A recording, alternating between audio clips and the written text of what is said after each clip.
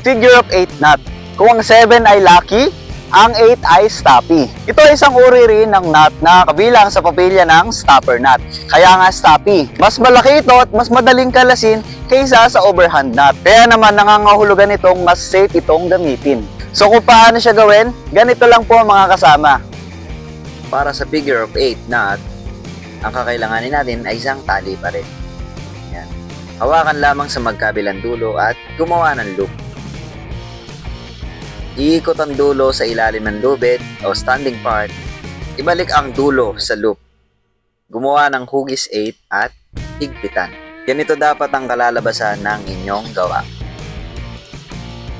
Ulitin natin. Gumawa ng loop.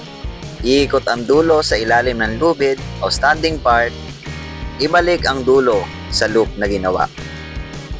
Gumawa ng hugis 8 at higpitan.